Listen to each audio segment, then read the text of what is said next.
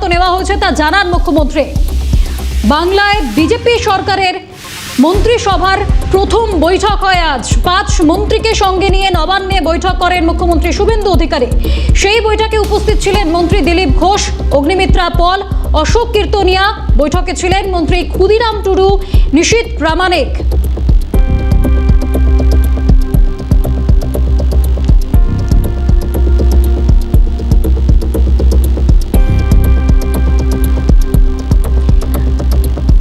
বৈঠকের পর সাংবাদিক সম্মেলন করেন মুখ্যমন্ত্রী শুভেন্দু অধিকারী। সেখানে 6টি সিদ্ধান্তের কথা জানান। প্রথম সিদ্ধান্ত, সীমান্ত সুরক্ষার জন্য জমি হস্তান্তরের অনুমোদন দিলাম। আজ থেকেই জমি হস্তান্তরের প্রক্রিয়া শুরু হবে। ভূমি ও রাজস্ব সচিব ও মুখ্য সচিবকে দায়িত্ব দেওয়া হলো। 45 দিনের মধ্যে বিএসএফকে পর্যাপ্ত জমি হস্তান্তর করতে হবে। কেন্দ্রীয় স্বরাষ্ট্রমন্ত্রী নির্বাচনের আগেই বলেছিলেন। এবার ক্যাবিনেট মিটিং শেষে বললেন মুখ্যমন্ত্রী। কি বলেছেন শোনাবো। দেশের সুরক্ষার প্রশ্ন, পশ্চিমবঙ্গের সুরক্ষার প্রশ্ন এবং যেভাবে জনবিন্যাস বদলে গেছে, আজকে আমরা প্রথম দিনই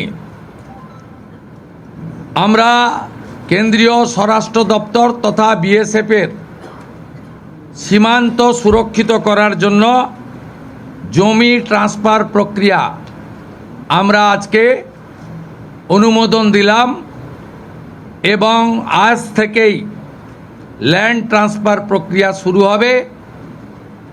ভূমি ও রাজস্ব সচিব তাকে এবং মুখ্য সচিবকে দায়িত্ব দেওয়া হলো 45 দিনের মধ্যে বিএসএফের প্রয়োজনীয় জমি হস্তান্তর সম্পূর্ণ করতে হবে, যা আমাদের কেন্দ্রীয় স্বরাষ্ট্রমন্ত্রী নির্বাচনের আগেই বলেছিলেন। এই কাজটা আজকে প্রথম ক্যাবিনেটে আমরা করলাম। এই মুহূর্তে আমাদের সঙ্গে সরাসরি রয়েছে নিউজরুম থেকে এডিটর ভাস্কর দত্ত। ভাস্কর দা, বিধানসভা নির্বাচনের আগে আমরা দেখেছিলাম এই সীমান্ত একটা মেন ইস্যু হয়ে উঠেছিল, আর সেখানে প্রথম দিনই মুখ্যমন্ত্রী সীমান্ত সুরক্ষার জন্য 45 দিনের মধ্যে জমি হস্তান্তর বিএসএফকে অনুমোদন দিলেন। একেবারেই দেখো, খুব স্বাভাবিকভাবেই বিজেপি সরকার এবার আসার আগেই আমরা যদি নির্বাচনী তাদের যে প্রচার কর্মসূচি সেই প্রচার দিকে লক্ষ্য রাখি, সেখানে দেখব যে প্রধানমন্ত্রী নরেন্দ্র মোদী থেকে শুরু করে কেন্দ্রীয় স্বরাষ্ট্রমন্ত্রী অমিত শাহ প্রত্যেকেই কিন্তু তার প্রচারের যে বক্তব্য, সেই বক্তব্যে এক নয় একাধিকবার কতগুলো কথা বলেছেন। প্রথমত তাদের ডেমোগ্রাফি বদলে যাবার কথা বারবার উঠে এসেছে অনুপ্রবেশ প্রসঙ্গ, এবং অবশ্যই এই প্রসঙ্গ যে তৎকালীন রাজ্য সরকার বা প্রাক্তন রাজ্য সরকারকে বারবার অনুরোধ করা সত্ত্বেও যে সমস্ত জায়গায় বাংলাদেশ সীমান্তে অর্থাৎ পশ্চিমবঙ্গ এবং বাংলাদেশ সীমান্তে ফেন্সিং নেই, সেই জায়গাগুলোতে ফেন্সিং দেওয়া জরুরি, অথচ রাজ্য সরকার তার জন্য জমি দিচ্ছে না বলে সেই নিরাপত্তা সুনিশ্চিত করা যাচ্ছে না।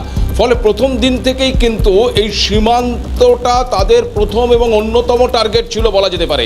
এবং সরকারে এসেই মুখ্যমন্ত্রী শুভেন্দু অধিকারী প্রথম মন্ত্রিসভার বৈঠকের পর প্রথম যে সিদ্ধান্তের কথা ঘোষণা করলেন, সেটাই হচ্ছে সীমান্তের এই জমি কেন্দ্রের হাতে তুলে দেওয়া বা বিএসএফের হাতে তুলে দেওয়া, যাতে প্রত্যেকটি জায়গায় যে জায়গাগুলোতে কাঁটাতারের বেড়া নেই সেই জায়গাগুলোতে কাঁটাতারের বেড়া দিয়ে নিরাপত্তা, সীমান্তের নিরাপত্তা আরও অনেকটা সুরক্ষিত করা যায়।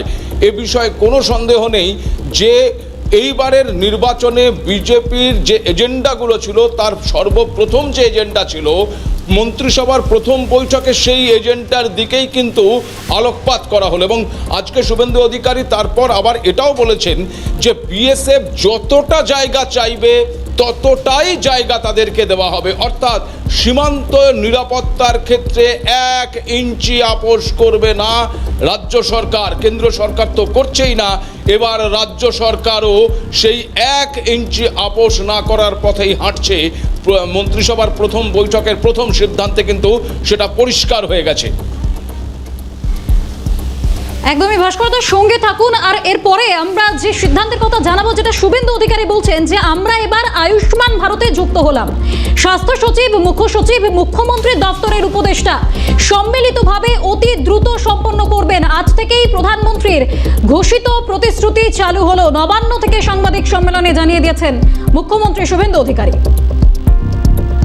প্রধানমন্ত্রী নরেন্দ্র মোদীজি তিনি বলেছিলেন প্রথম ক্যাবিনেট মিটিংয়ে আমরা আয়ুষ্মান ভারতে যুক্ত হব। আমরা আয়ুষ্মান ভারতে যুক্ত হলাম এবং সংশ্লিষ্ট দপ্তর কেন্দ্রীয় স্বাস্থ্য দপ্তরের সঙ্গে প্রয়োজনীয় যে এগ্রিমেন্ট অন্যান্য যে বিষয়গুলি রয়েছে সেটা স্বাস্থ্য সচিব, মুখ্যমন্ত্রীর দপ্তরের উপদেষ্টা এবং মুখ্য সচিব মিলিতভাবে অতি দ্রুত সম্পন্ন করবেন। অর্থাৎ আজ থেকে মাননীয় প্রধানমন্ত্রীর ঘোষিত পশ্চিমবাংলার মানুষের প্রতি যে কমিটমেন্ট আজকে ভারতীয় জনতা পার্টির ক্যাবিনেট সেটা সম্পূর্ণ করলো। আবারও ভাস্করদার কাছে যাব। নিউজরুম থেকে রয়েছেন এডিটর ভাস্কর দত্ত। ভাস্করদা, আয়ুষ্মান ভারতে এবার রাজ্য যুক্ত হলো। একেবারেই দেখো শর্মিষ্ঠা, খুব স্বাভাবিকভাবে এক্ষেত্রেও বলা যেতে পারে যে যতবার প্রধানমন্ত্রী আমাদের রাজ্যে এসছেন, নির্বাচনী বক্তব্য দিয়েছেন কিংবা অন্য যে কোনো জায়গায় তিনি এই বক্তব্যটি বারবার পেশ করেছেন যে কেন্দ্রের যে স্বাস্থ্যের ক্ষেত্রে যে প্রকল্প আয়ুষ্মান ভারত, তার সঙ্গে গোটা ভারত যুক্ত হলেও এক এবং একমাত্র পশ্চিমবঙ্গের মানুষ তার সুবিধে পাচ্ছে না। খুব স্বাভাবিকভাবেই আমরা ওই প্রাক্তন সরকারের তরফ থেকে এটা বলতে শুনেছিলাম যে আমাদের রাজ্যের মানুষ স্বাস্থ্যসাথী পাচ্ছে, তাদের কেন্দ্রের সব প্রকল্পের দরকার নেই। প্রশ্ন উঠেছিল কেন? যদি রাজ্য সরকার কোনো স্বাস্থ্যের জন্য প্রকল্পের ব্যবস্থা করে খুব ভালো কথা, তার সঙ্গে যদি কেন্দ্রীয় সরকারও একটা প্রকল্পের ব্যবস্থা করে তাহলে তো রাজ্যের মানুষ দুটো প্রকল্পের সুবিধা পেতে পারে। এটা তো কোথাও লেখা নেই যে রাজ্য সরকারের মানুষ রাজ্য সরকারই শুধুমাত্র প্রকল্পের সুবিধা পাবে, কেন্দ্রীয় কোনো প্রকল্পের সুবিধা পাবে না। বারবার কিন্তু এই বাংলার মানুষ কেন্দ্রীয় প্রকল্পের একাধিক প্রকল্প থেকে বঞ্চিত থেকে গেছে। শুধুমাত্র অহেতুক জেদাজেদি এবং শুধুমাত্র রাজনৈতিক স্বার্থ পূরণের স্বার্থে বাংলার মানুষের স্বার্থের দিকে কিন্তু তাকানো হয়নি, যার জের কিন্তু ভুগেছে বাংলার সাধারণ মানুষ। খুব স্বাভাবিকভাবেই আজকে দ্বিতীয় যে ঘোষণা বা তৃতীয় ঘোষণা যাই বলি না কেন, এই স্বাস্থ্য সাথীর সঙ্গে সঙ্গে এই আয়ুষ্মান ভারতকেও কিন্তু জুড়ে দেওয়া হলো। তার কেন আমি বলছি স্বাস্থ্য সাথীর সাথে, তার কারণ শুভেন্দু অধিকারী পরিষ্কার জানিয়ে দিয়েছেন যে কোনো সামাজিক প্রকল্প বন্ধ হচ্ছে না। পূর্ব সরকারের কিংবা তার থেকেও আগের সরকারের যে যে সামাজিক প্রকল্পগুলো ছিল সেগুলো বজায় থাকবে, তার সঙ্গে কেন্দ্রীয় প্রকল্পের অন্যান্য যে প্রকল্পগুলো আছে, শুধুমাত্র এই আয়ুষ্মান ভারত নয় শর্মিষ্ঠা, আরও অন্যান্য যে প্রকল্পগুলো আছে কৃষকদের জন্য যে রয়েছে, এছাড়াও বিশ্বকর্মা যে প্রকল্প রয়েছে, তার সঙ্গে বেটি বাঁচাও বেটি পড়াও যে প্রকল্প রয়েছে, সেই প্রকল্পগুলো কিন্তু যুক্ত হয়ে যাচ্ছে। অর্থাৎ একেবারে রাজ্য সরকারের প্রথম ক্যাবিনেট বৈঠকের প্রথম সিদ্ধান্ত থেকে ডাবল ইঞ্জিন সরকারের সুবিধে লাভ করতে চলেছে বাংলার মানুষ। যে বাংলার মানুষ দীর্ঘ সময় ধরে কিন্তু এই কেন্দ্রীয় প্রকল্পগুলো থেকে বঞ্চিত ছিল, এবার কিন্তু সেই কেন্দ্রীয় প্রকল্পগুলো সুবিধাও তারা পাবে। উপরন্তু যে প্রকল্পগুলোর সুবিধা এতদিন তারা পেয়ে আসছিল সেগুলোও তার সঙ্গে থাকছে। অর্থাৎ ওই যে বললাম ডাবল ইঞ্জিনের ডাবল ফায়দা এখন কিন্তু রাজ্যের মানুষের, বাংলার মানুষের হাতের মুঠোয়। শর্মিষ্ঠা, বেশ ভাস্কর, তো আপনি সঙ্গে থাকুন। আবারও একটা সিদ্ধান্ত যেটা মুখ্যমন্ত্রী শুভেন্দু অধিকারী জানিয়েছেন সেটা আগে শোনাই। 2025-এর 16ই জুন কেন্দ্র জনগণনার জন্য সার্কুলার পাঠিয়েছিল। পশ্চিমবঙ্গ সরকার এই তথ্য ফেলে রেখেছিল, জনগণনা আটকে রেখেছিল। আজ থেকেই জনগণনার কাজের প্রক্রিয়া শুরু হলো পশ্চিমবঙ্গে। কি জানিয়েছেন মুখ্যমন্ত্রী শুনবো। আমি জনস্বার্থে একটি গুরুত্বপূর্ণ তথ্য দেব যে কিভাবে পশ্চিমবঙ্গের যে সরকারকে মানুষ রিজেক্ট করেছে, ক্ষতি করে দিয়ে গেছে। 16ই জুন 2025 ভারত সরকারের পক্ষ থেকে জনগণনার জন্য office of registrar general of India, ministry of home affairs তারা পাঠিয়েছিলেন। আজকে প্রায় 1 বছর হতে যায়, 11 মাস অতিক্রান্ত। পশ্চিমবঙ্গ সরকার এই ফাইল ফেলে রেখেছিল। যে তথ্য আমাদের এই হাতে আছে, যে লিখিত তথ্য আছে, তাতে এরা শুধুমাত্র পশ্চিমবাংলার সঙ্গে বিশ্বাসঘাতকতা করেনি, দেশের সঙ্গে, দেশের সংবিধানের সঙ্গে বিশ্বাসঘাতকতা করেছে। এবং এদের মূল লক্ষ্যই ছিল এই জনগণনা আটকে দিয়ে মহিলা সংরক্ষণ যাতে ভারত সরকার করতে না পারে, মহিলারা যাতে বিধায়ক সাংসদ না হতে পারে, সেজন্যই এসব করে গেছে। আজকে আমরা এখনই জনগণনা সংক্রান্ত 16 June 2025 ministry of home affairs, office of registrar general India তাদের পাঠানো সার্কুলারকে আমরা এখনই কার্যকর করলাম।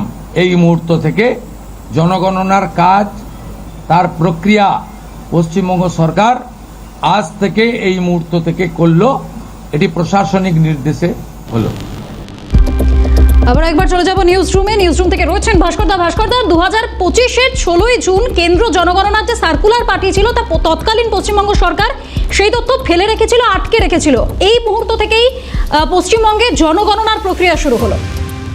একেবারে বৃষ্টি, দেখো এই ঘোষণাটি অত্যন্ত তাৎপর্যপূর্ণ গোটা দেশের স্বার্থে এবং রাজনৈতিক স্বার্থে, দুটোর স্বার্থেই।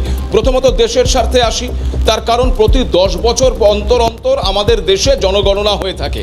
শেষ জনগণনা হয়েছে 2011 সালে, তারপরের জনগণনাটা হওয়ার কথা 2021 সালে। কিন্তু আমরা জানি যে 2020 সালে যে করোনা ভাইরাস আমাদের গোটা দেশকে বা গোটা বিশ্বকে আক্রান্ত করেছিল, তার কারণে কিন্তু 2021-এ কোনো জনগণনা করা সম্ভব হয়নি। এটা পেছোতে অনেকটাই কিন্তু পিছিয়ে গেছে। ইতিমধ্যে গোটা দেশ জুড়ে কিন্তু এই জনগণনার কাজ অলরেডি শুরু হয়ে গেছে, কিন্তু সেখানেও ওই বাংলা পিছিয়ে ছিল সেই রাজনৈতিক জেদাজেদির কারণে। যেটা আজকে মুখ্যমন্ত্রী শুভেন্দু অধিকারী বলছেন যে 16 জুন 2025 যে সার্কুলার এসেছিল সেটা রাজ্য সরকারের ঘরে পড়েছিল, কার্যকর করা হয়নি জনগণনার কাজ। জনগণনার কাজ সম্পন্ন না হলে অনেক কিছু বিষয় আটকে যায়, এ বিষয়ে কোনো সন্দেহ নেই। এবং গোটা দেশের যে চিত্র, সেই মানচিত্রটাই বদলে যায় যদি সঠিক জনগণনা রাজ্য সরকার বা কেন্দ্রীয় সরকারের হাতে না থাকে। এটা যেমন একটা দিক দেশের স্বার্থে অত্যন্ত জরুরি, ঠিক তার পাশাপাশি আরও একটা বিষয় গুরুত্বপূর্ণ। শুভেন্দু অধিকারী আজকে যে বক্তব্যটি এক্ষুনি তুমি জনগণকে শোনালে, সেখানে দাঁড়িয়ে তিনি বলছেন মহিলাদের অগ্রগতির ক্ষেত্রে অন্তরায় হয়ে দাঁড়িয়েছিল বিগত রাজ্য সরকার। তার কারণটা হচ্ছে আমরা জানি যে এই বাংলার নির্বাচনের আগে সংসদে একটি বিল পাশ করানোর প্রচেষ্টা করা হয়, যেটা মূলত ছিল ডিলিমিটেশন বিল, যার সঙ্গে মহিলা সংরক্ষণ বিলটাও যুক্ত ছিল। তার কারণ মহিলা সংরক্ষণ বিল কাজ করতে গেলে এই জনগণনা হওয়াটা জরুরি।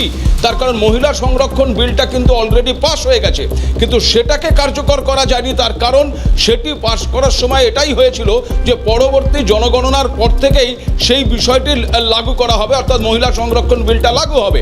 যেহেতু জনগণনা হয়নি সেহেতু মহিলা সংরক্ষণ বিলটা লাগু করা যায়নি। মহিলা সংরক্ষণ বিল লাগু করতে গেলে জনগণনাটা করাটা জরুরি। সেখানে যদি গোটা ভারতবর্ষের জনগণনা হলো আর বাংলায় জনগণনা হলো না, তাহলে তো গোটা বিষয়টা সম্পন্ন হয় না। খুব স্বাভাবিকভাবেই এই জনগণনাটা জরুরি ওই মহিলা সংরক্ষণ বিল করার ক্ষেত্রে, এবং ডিলিমিটেশন বিল যেটা আগের বার আটকে গেছে সেটা পরবর্তীতে আবার সংসদে এনে পাশ করানোর প্রচেষ্টা করা যেতে পারে। সেইটা প্রচেষ্টা করার ক্ষেত্রেও কিন্তু এই জনগণনা সম্পন্ন হওয়াটা জরুরি। আজ এই বাংলায় এই সার্কুলারকে কার্যকর করতে দেওয়ার ক্ষেত্রে ওই মানে ডিলিমিটেশন বিলটাকে ত্বরান্বিত করা বা মহিলা সংরক্ষণ বিলটাকে কার্যকর করার ক্ষেত্রে আরও এক ধাপ এগিয়ে যাওয়া হলো, এমনটাই কিন্তু মনে করা হচ্ছে। বৃষ্টি, বেশ ভাস্কর দা, এই যে জনগণনা শুরু করা হয়নি এই একটা যেমন অভিযোগ উঠছে, ঠিক তেমনই বিএনএস কার্যকর করা হয়নি এমনটাও বলছেন মুখ্যমন্ত্রী। আগের সিআরপিসি আইপিসি চলছিল, সংবিধানকে বুড়ো আঙুল দেখানো হয়েছে। সংবিধান মেনে আজ থেকে বিএনএস এ যুক্ত হলো পশ্চিমবঙ্গ। কি বলেছেন মুখ্যমন্ত্রী শুভেন্দু অধিকারী, শোনাবো। ন্যায় সংহিতা যা মাননীয় প্রধানমন্ত্রী নরেন্দ্র মোদীজির নেতৃত্বে কেন্দ্রীয় স্বরাষ্ট্রমন্ত্রী মাননীয় অমিত শাহজি পার্লামেন্টে দুটো কক্ষে অনেক আগে অনুমোদন করেছেন, রাষ্ট্রপতি মহোদয় সই হয়েছে, রুল হয়ে গেছে। আমরা